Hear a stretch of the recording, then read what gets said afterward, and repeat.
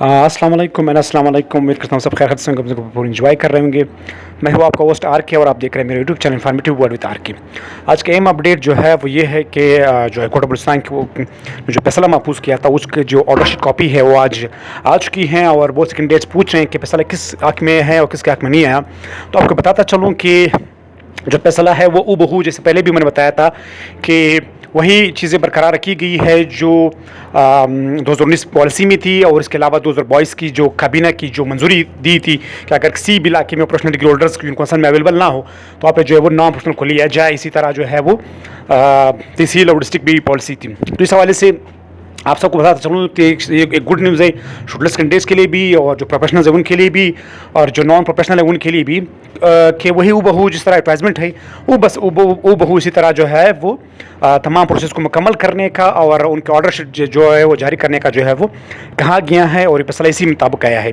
इसमें 2019 पॉलिसी का भी जिक्र है, इसमें जो है वो 2022 काबीना की जो मंजूरी का जो फैसला है उसका भी जिक्र है। उसमें ये कहा गया है कि जो हुकूमत है वो अवामी मफाद में ये फैसला कर सकती है कि कहीं पे कोई सी कौंसल में अगर प्रोफेशनल डिग्री होल्डर्स अवेलेबल ना हो या तहसील में तो वहाँ पे जो है वो नॉन प्रोफेशनल को जो है वो एडजस्ट कर सकते हैं।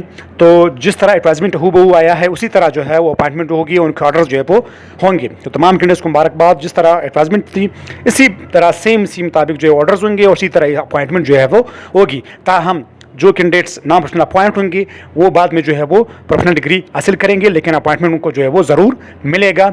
और 2022 की कैबिनेट ने जो A1 टाइम रिलैक्सेशन दिया है उसको बरकरार रखा गया है कोर्ट ऑफ बलूचिस्तान की जानिब से।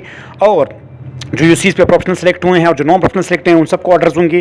तो मतलब पहले भी मैंने बताया था कि फैसला जो है हूबहू एडवर्टाइजमेंट के मुताबिक आएगा और इसी तरह एडवर्टाइजमेंट के मुताबिक आया है और ये इसी तरह बरकरार रखा गया जैसे पहले था जिस तरह शॉर्टलिस्ट हुए उन सबको ऑर्डर दिए जाएंगे, चाहे वो प्रोफेशनल हो चाहे वो नॉन प्रोफेशनल हो, चाहे यूसीज पे हो चाहे वो जिस तरतीब से भी हों उनको ऑर्डर्स जो है मिलेंगे। और फैसला उसी तरह आया है जिस तरह आपका एडवर्टाइजमेंट हुआ था। और रह गई बात कैंडिडेट्स की कि 2019 की पॉलिसी का 2022 की पॉलिसी का उसमें जिक्र है वो 2022 की काबीने की पॉलिसी का जिक्र है। जो 2022 की जो काबीने ने जो पॉलिसी बनाई थी, मतलब जिस यूसी में प्रोफेशनल डिग्री होल्डर ना हो वहाँ पे नॉन प्रोफेशनल जो है वो भर्ती किया जाएगा, उसका जिक्र किया गया है। तो ये आज के अपडेट्स थी। तो मजीद आपके जो भी क्वेश्चन मुझसे कमेंट सेक्शन में पूछ सकते हैं।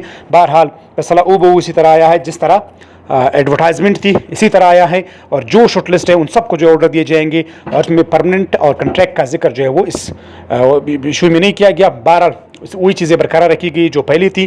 तो ये आज की मैं अपडेट थी। मजीद आपके जो क्वेश्चन हैं मुझसे कमेंट सेक्शन में पूछ सकते हैं। तब तक अल्लाह हाफ़िज़, bye bye, take care and stay blessed.